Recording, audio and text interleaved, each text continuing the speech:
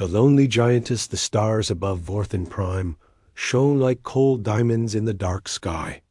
It was a quiet, empty world, full of ancient trees, tall mountains, and strange beasts. But far away from the cities and shining towers of the Thrinn Empire, one lonely figure lived in silence. Her name was Selora. Selora was not like other Thrinn. She was taller, broader, and stronger than any of her kind. Her skin was a deep, silvery blue, and her eyes glowed softly in the dark. But none of this made her proud. In her world, it made her cursed. The Thrinn believed that a female's greatest duty was to bear children and continue the bloodline. Strength and beauty meant nothing if a woman could not bring life into the world. And Selora, despite her powerful body, could not. She had known it since her early years.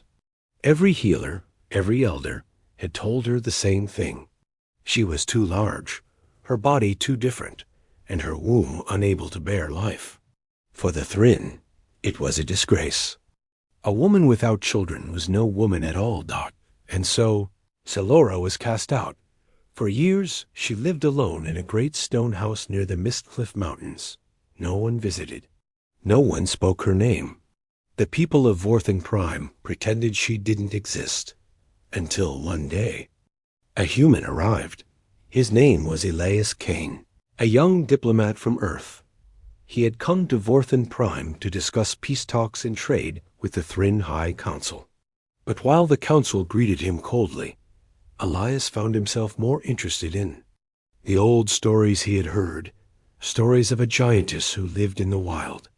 "I want to meet her," he told the council. The Thrinn leaders laughed. "You seek Selora? She is nothing, a cursed one, better left forgotten." But Elias was not a man who listened to foolish fears. He had traveled to many worlds, met many kinds of people, and he knew that the loneliest hearts often carried the strongest stories. So under the light of 2 moons, he made his way to the Mistcliffs.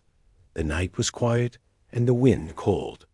But Elias felt no fear. The stories spoke of a dangerous creature, but something in his heart told him she was not what the people claimed. Dot, when he finally reached the stone house, he saw her.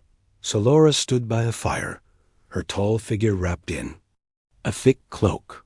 She looked down at him, her glowing eyes unreadable. The air felt heavy, like a storm about to break. "You should not be here, human," she said, her voice deep and soft, like the rumble of distant thunder. Elias smiled. "I came to meet you." She frowned. No one had spoken to her kindly in years. No one dared. "I am too big to be a mother, human," she said quietly, a sadness hidden in her voice. "That is all my people care about. I have no place in this world. What could you want with me?" Elias stepped closer, unafraid. He looked up at her without judgment, without fear. "On Earth," he said, "we don't measure a person by what they can give us. We value who they are." Selora laughed bitterly, shaking her head. "Then your people are fools. The Thrinn believe a woman's worth is in the life she creates. I am nothing." But Elias didn't leave. Instead, he sat on a nearby stone and looked up at the stars. "Where I come from," he began, "we tell stories of giants who carried mountains, of women who led armies and healed nations. None of them had children, but they shaped the world with their courage." Selora turned to him, her eyes narrowing. "And you believe I could be one of them?" "I believe you already are," Elias said. For a long moment, neither spoke. The night was still, and only the crackle of the fire broke the silence. Dot in her heart. Something long buried stirred. Cl. had spent years hiding from the world, believing the lies told to her since birth, that she was worthless, that she had no purpose without a child. But here was a stranger, a human, seeing her not as a failure, but as something more. "I don't understand you, human," she said softly. Elias smiled again. "Then let me stay a while." I have a feeling your story isn't over yet. Salora didn't reply, but she didn't send him away. And somewhere deep inside, a tiny light of hope flickered. The broken law morning came slowly on Vorthen Prime. Thick. Blue mist covered the mountains, and the sun rose like a pale, silent eye. Elias Kane woke to the scent of burning wood and the soft sounds of the forest. He sat up, surprised to find himself still alive. He half expected Salora to chase him away during the night. But she hadn't. Instead, she was there by the fire, preparing a simple meal of roasted roots and wild berries. She didn't look at him as he rose. "You stayed," she said quietly. Elias stretched his arms and smiled. "I told you I would." Salora sighed. She wasn't used to company. For years, she had eaten alone, spoken to no one, and watched the seasons pass like slow-moving clouds. She still didn't know why this human refused to leave. "You shouldn't be here," she warned again, though her voice lacked its former sharpness. "It's against our law." Elias stepped closer. "What law?" Salora threw a small branch into the fire, watching the flames dance. "The Thrinn have strict rules. A female who cannot bear children is forbidden to bond with anyone. No friends, no lovers, no home inside the cities. I am marked as nothing." Elias frowned, anger rising in his chest. He had seen unfairness in many corners of the galaxy, but this felt crueler than most. "That's a foolish law," he said. "To you." "Maybe," Salora replied, glancing at him with a bitter smile. "But to my people, it's ancient and sacred. A woman's worth is in the life she can give. I was born too big, too different. The healers said my body would never carry children. So I was cast out before I reached my full years." Elias shook. His head? "You're worth more than that." Salora studied him, uncertain. She had heard such words in her youth, whispered by those too frightened to say them out loud. But no one had dared speak them openly since she was exiled. "I don't understand you." "Human," she admitted. Elias grinned. "Good. That means you're starting to see the world doesn't end at the walls of your city." For the first time in years, Salora let a small laugh escape her lips. It was soft and strange, as if she'd forgotten how it felt. Elias found himself smiling at the sound. "But if the council finds out you came here," Salora warned, "they'll send soldiers. It's forbidden for outsiders to seek me out." "Let them try," Elias said bravely. "I didn't come here for them." Salora looked down at the human. For a moment, a warmth spread through her chest, a dangerous, unfamiliar feeling. She quickly stood, shaking her head. "You are foolish," she muttered, though her voice lacked anger. "And you'll get yourself killed." Elias shrugged. "I've been called worse."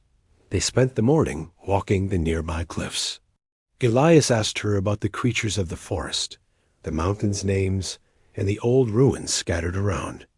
"The valley."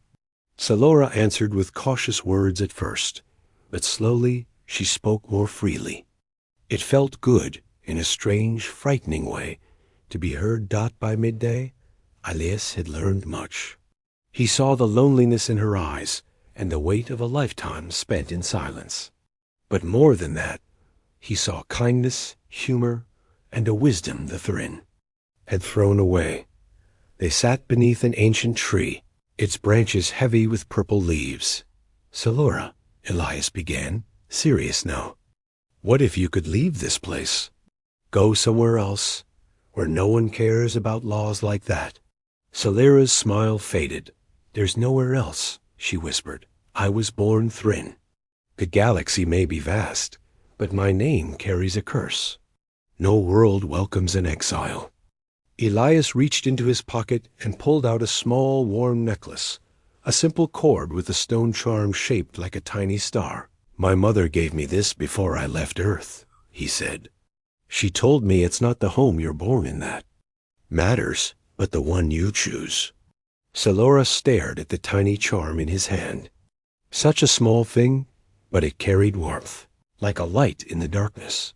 "No one's ever given me a gift before," she said softly. Elias grinned. "First time. For everything." He placed it gently in her palm. Her fingers closed around it, and for a moment, neither spoke. Far in the distance, a sharp sound broke the peace, the metallic ring of a signal horn. Selena's eyes snapped up, her body tensing. "The Council's guards," she said, her voice tight. "They know you're here." Elias stood, ready. "Then we'd better move." Selora looked at him, uncertain, fear flashing in her gaze. "You could still run," she whispered. But Elias only grinned. "Not a chance." And together, they disappeared into the forest, with the sound of approaching soldiers growing louder behind them. The Forbidden's friendship, the thick forest of Vorthen Prime, swallowed them in moments. Tall, dark trees stood like ancient guards, their heavy branches hiding the sunlight. Selora moved quickly, her long strides silent on the moss-covered ground. Elias followed close behind, his heart pounding, though he refused to show fear. The sound of the signal horn faded behind them, but Selora didn't slow down. "We can't go back to my house," she said. "They'll be watching it." "Then where?" Elias asked. She glanced at him. "There's an old cave by the river. No one dares go there." "Why not?" Elias grinned. "Is it haunted?" Selora didn't smile. "The Thrinn believe it's cursed. A place for the dead and the unwanted." Elias shrugged. "Sounds perfect." They reached the cave just before sunset. The entrance was hidden behind a curtain of hanging vines, and inside the air was cool and damp. The walls were covered with strange glowing moss that gave off a soft blue light. Selora dropped a bundle of firewood she'd gathered along the way and quickly built a small fire. Elias sank down on a flat rock, catching his breath. "You run fast for someone so big." Selora raised an eyebrow. "And you talk too much for someone so small." For a moment, they just stared at each other, and then, unexpectedly, both laughed. It was the first time Selora had laughed like that in years. It felt strange, unfamiliar, but good. She looked away, feeling a warmth in her chest she didn't quite understand. "I don't get it," she muttered. "Get what?" Elias asked. "Why you care?" Elias leaned back against the wall, watching the flickering firelight. "Because no one deserves to be alone. Not you, not anyone." Selora was silent for a long time. The fire crackled softly between them. Outside, the wind howled through the trees. "When I was young," she said quietly, "I used to dream of traveling beyond this world, of seeing other stars, other peoples. But those dreams died the day the healers spoke my fate. They told me I was broken, that no mate would ever want me, that I had no right to speak of hopes and dreams." Elias felt a tight knot in his chest. He couldn't imagine what it was like to live under such cruel rules. "Where I come from," he said gently, "there are people who can't have children. And you know what? They paint, build, teach, explore. They become leaders, healers, poets. No one tells them their life is worthless." Selora looked at him sharply. "And no one cast them out?" "Never." She shook her head in disbelief. "Your people sound like fools." Elias grinned. "Maybe, but we're happy fools." She smirked, a tiny smile flickering across her face. "You are strange, human." "I get that a lot."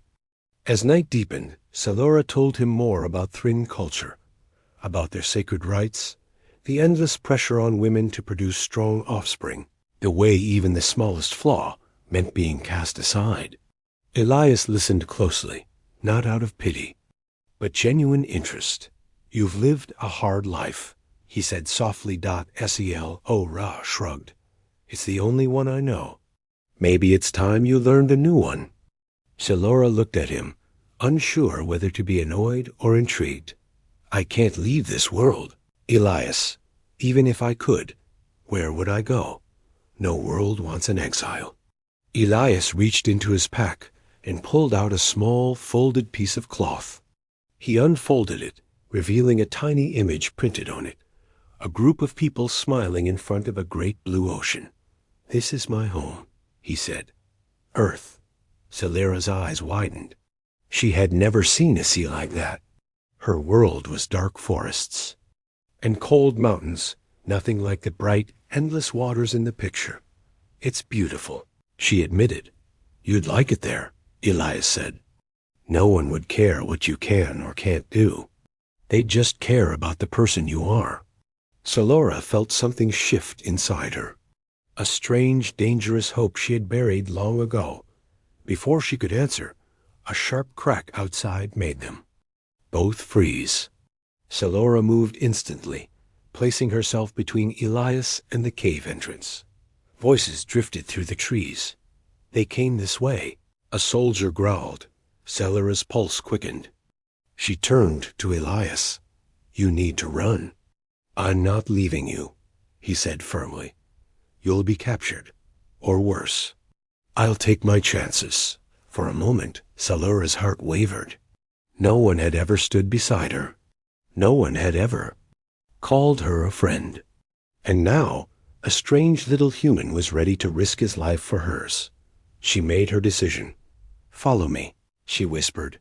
They slipped out through a narrow crack at the back of the cave, moving silently through the thick woods. The soldiers passed by without seeing them. When they finally stopped, far from danger, Elias grinned. "See? Told you we'd be fine." Celera shook her head, but her lips twitched in the hint of a smile. "Foolish human," she muttered. But in her heart, she felt something she hadn't known in years. A friend. And for the first time in a long, lonely life, Celera didn't feel quite so alone. The trial of the heart. The next few days passed in quiet hiding. Celera and Elias stayed in a secret hollow deep within the forest. It was a place Celera used to visit as a child, before she was cast out. A small stream ran through it, and thick trees hid them from the sky. Elias built a small shelter of branches and leaves, while Celera hunted for food. They shared stories by the fire each night. Stories of Earth, stories of Vorthen Prime, and of distant stars neither of them had seen. The more they spoke, the closer they became. Celera found herself laughing more often. Elias would tease her about how she crushed apples in her hand without meaning to, or how she could break a tree branch just by leaning on it. "You're lucky I haven't thrown you across the valley yet," Celera joked one evening. Elias grinned. "You wouldn't. You like having me around." She paused, then smiled softly. "Maybe." But danger still hung over them like a dark cloud. The Thryn soldiers hadn't stopped searching. Every day, patrols passed through the nearby woods. Signal horns echoed in the distance. And then, one night, they found them. A sharp shout broke the stillness of the evening. Celera and Elias jumped to their feet as soldiers burst from the trees, weapons raised. "By order of the council," the leader barked. "The exile Celera is to be taken for judgment. The human is to be delivered to the High Council alive." Celera stepped protectively in front of Elias. Her tall frame cast a long shadow over him. "I won't go," she growled. "You have no choice," the soldier sneered. Elias stepped forward. "She's done nothing wrong." The soldier laughed coldly. "Her crime is existing." Before Celera could act, more soldiers circled them. Spears pointed at her chest. Elias knew they couldn't fight them all. He placed a hand on Celera's arm. "Don't," he whispered. "Let's face them together." Reluctantly, Celera lowered her hands. They were taken in chains to the city the first time. Celera had seen its towering walls in years. The streets were lined with Thryn citizens, whispering and pointing. Some looked at her with fear, others with disgust. But none spoke her name. At the heart of the city stood the council hall, a grand building made of dark stone, its tall pillars reaching toward the sky. Inside, the council of elders waited. Sel, Ray, and Elias were brought before them. The high elder, an ancient Thrin with pale eyes, spoke first. "Selora," he said coldly, "you were banished long ago. You have broken sacred law by seeking companionship. And you, human, have interfered in matters beyond your understanding." Elias lifted his chin. "I understand enough. You judge her for something she cannot control. On my world, we call that cruelty." Murmurs filled the hall. The High Elder's eyes narrowed. "You have no place here, human." "Maybe not," Elias said, his voice steady. "But someone needs to speak for those you cast aside." Selora felt a strange warmth in her chest. No one had ever defended her, not her family, not her people. But this strange human, small, bold, and foolish, stood before a hall of powerful beings, unafraid. Another elder spoke. "She cannot bear children. She serves no purpose. Our law forbids her to bond, to build, to live among us." Elias turned to the gathered Thrin. "Is that all life is to you? Children and bloodlines? What about kindness? What about friendship? What about love?" The room went silent. Elias stepped closer. "On Earth, people find meaning in many things. In music, in stories, in protecting one another.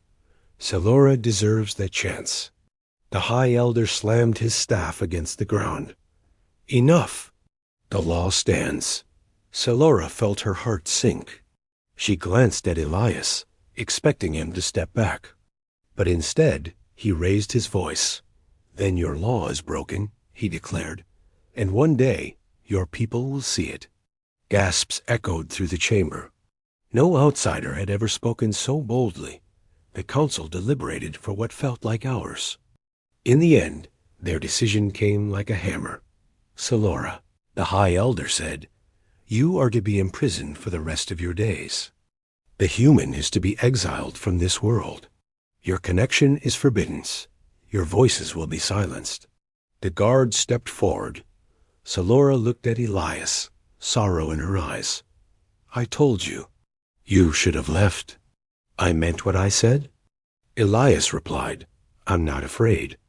As the guards grabbed her, Selora felt something inside her break, not from fear, but from a lifetime of being unseen, unheard. And now someone had finally cared. She wasn't going to let them take that away. With a roar, Selora broke her chains. The crowd screamed as she sent soldiers flying with a sweep of her arm. "Run!" she shouted to Elias, but he didn't move. "I'm staying with you?" Together, they stood as the council panicked. And in that moment, two outcasts, a cursed giantess and a foolish human, decided to fight a world that had never wanted them. The judgment the council hall shook with panic. Thrin guards rushed forward, but Selora's fury could not be stopped. Chains clattered to the floor as she swung her massive arms, sending soldiers crashing into stone walls like leaves in a storm. Onlookers screamed, fleeing the chamber. Elders scrambled for cover. Elias stood his ground, his heart pounding in his chest. Selira's voice boomed through the hall. No more. Her whole life, she had been told to stay silent, to accept her fate, to lower her eyes and live in the shadows. But not anymore. Guards charged again, spears raised. Selora grabbed a stone pillar and yanked it from the ground. Dust filled the air as she blocked the soldier's path with it. "Go, Elias," she shouted. "They'll kill you." But Elias shook his head. "Not without you." Selora's heart twisted. She had spent years believing no one would ever stand by her. And now, a human, small, fragile, and foolish, refused to leave her side. Across the hall, the High Elder rose, his face twisted with rage. "Selora," he roared, You defy sacred law. You bring chaos to our people. You shame your blood. I was shamed the day you cast me out, Solora snarled, for something I could not change. The old Thrin pointed at Elias. And you, human, you've poisoned her mind. Elias raised his chin. No, I showed her the truth. The High Elder slammed his staff against the floor. A deep, hollow sound echoed through the chamber. Enough. Guards, seize them both. They will be judged before the people. Before Solora could fight again, dozens of soldiers surrounded them. Even with all her strength, she couldn't defeat them all. Elias knew it too. He stepped close to her. We'll face them together. Solora's eyes softened. Foolish human.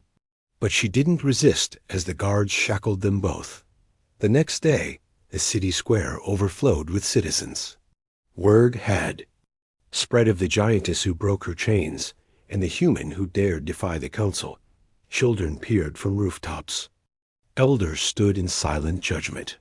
Whispers filled the air. At the center of the square, a raised platform had been built for the trial.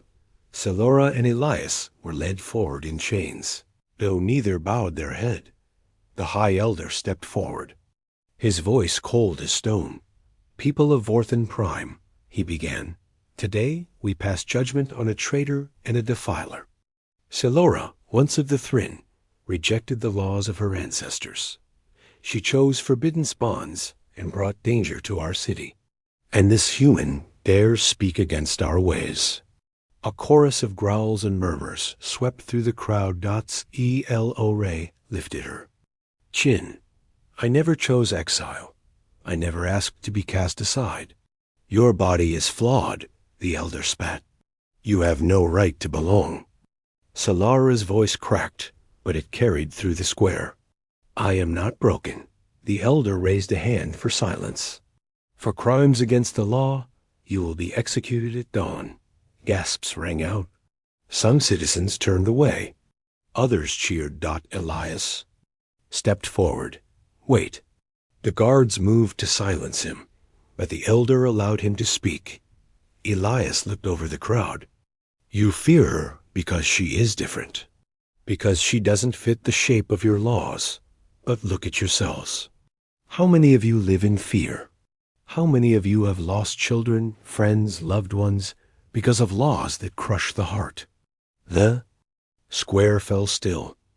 I came from a world where difference is not a crime, Elias said, where worth isn't measured by what you produce, but by the life you lead. And if one voice, one heart, is silenced here today, it will be a stain your people will carry forever. For a moment, no one spoke. Then a voice from the crowd broke the silence. She saved my family once. An old Thrin woman called out. Years ago, when a beast attacked our farm, the council ignored us, but Solora drove it away. Another voice followed. I remember. She saved my child from falling into the river. More voices rose. Old memories long buried under fear. The council elders grew pale. The High Elder slammed his staff. Silence. But it was too late. The people were listening, not to him. To each other, Solora stared in disbelief as strangers. Spoke her name with respect, even admiration. A bold young Thrin male stepped forward. Why should it matter if she bears children? She has a warrior's strength and a kind heart. Is that not enough? Elias felt hope flicker in his chest. The High Elder's face twisted with fury. She is an exile. The law is clear.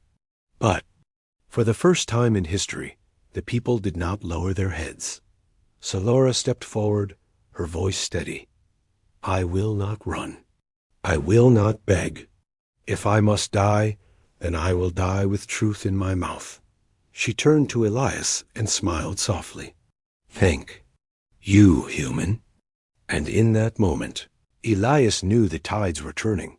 The council might still hold power, but the hearts of the people had begun to change. New kind of happiness. The city square held its breath. Solora stood tall, chains at her wrists, but Her head was high. Elias beside her, bruised and weary, but unbroken. Around them, the crowd no longer looked away. The people of Vorthen Prime, for the first time in generations, questioned what they had been taught. The High Elder's voice shook with fury. Your hearts are weak. You pity a creature cursed by nature. You forget our laws, our honor. No. A voice called out. It came from an elder woman, her back bent with age, but her eyes clear. You forget our hearts. Another voice followed. A young warrior. We lost my brother last winter because no one dared break the rules to help him. What good is a law that lets good people suffer? Murmurs spread through the square like ripples in water. Elders in the council exchanged uneasy glances. Selora felt something unfamiliar inside her, a warmth she hadn't known in years. Hope. Elias leaned toward her and grinned. Told you. Never count out a human. The High Elder raised his staff. Again, order must be kept. If we abandon tradition, chaos will follow. But this time, no one cheered. A tall Thryn male, dressed in soldier's armor, stepped onto the platform. Perhaps the law should serve the people, he said, not the other way around. The old elder paled. His power was slipping through his fingers, and he knew it. Selora stepped forward, raising her voice so all could hear. I never asked to be different. I never wanted exile. But you cast me out because of fear, not because of justice. You called me broken? But look at the hearts you've broken in my place. The crowd was silent. Selora took a breath. I may never be a mother by your rules, but I have strength, courage, and love to give, and that should be enough. The High Elder's voice cracked with rage. You have defied the council for the last time. But the other elders hesitated. Fear flickered in their eyes. One by one, council members stepped back. The people were watching, and they no longer stood with the old ways. The High Elder saw. His council crumble around him. The crowd was no longer his to command. In desperation, he shouted, Guards, seize them. But the soldiers did not move. The young officer who'd spoken earlier raised his spear and then threw it to the ground. No. One by one, the guards lowered their weapons. The people of Vorthen Prime had made their choice. The old Thryn. Elder clenched his jaw, and without a word, turned and left the square, his staff echoing against the stone. The remaining elders followed him in silence. Elias let out a breath and grinned. Well, that went better than expected. Selora gave a soft, almost disbelieving laugh. I never thought I'd live to see this day. The people gathered around them, no longer with fear, but with smiles and outstretched hands. Selara's name was spoken kindly for the first time since her youth. The elder woman who had first spoken stepped close and pressed a hand to Selara's arm. We were wrong, child. Forgive us. Selora nodded, emotion tightening her throat. I can forgive, she said softly, but I will not forget. Elias smiled. Good. Somebody's got to keep them in line. Days later, a great gathering was held. The ancient laws that condemned the childless and the different were broken. New leaders were chosen from those who had spoken against injustice.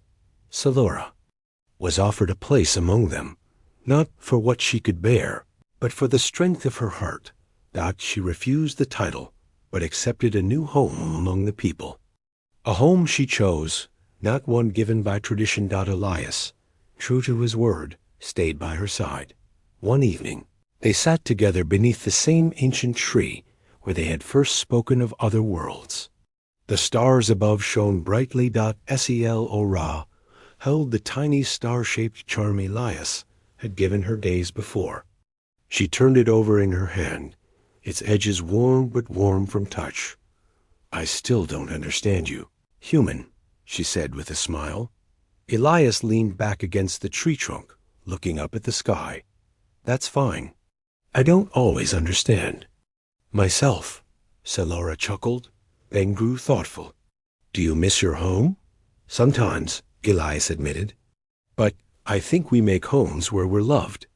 Selora looked at him, her heart lighter than it had been in years. And happiness? She asked. He smiled. Happiness isn't about what you're expected to be. It's about who you choose to be. And who chooses to be with you. The wind stirred the trees, carrying their quiet laughter through the valley. Selora no longer believed. She was broken. She no longer lived in shame. She was more than the law, more than her old exile. And as the stars watched from above, the giantess and the foolish human proved something neither the Thryn nor any council could erase. That some. Happiness is found not in bloodlines, but in friendship, courage, and love freely given. The end.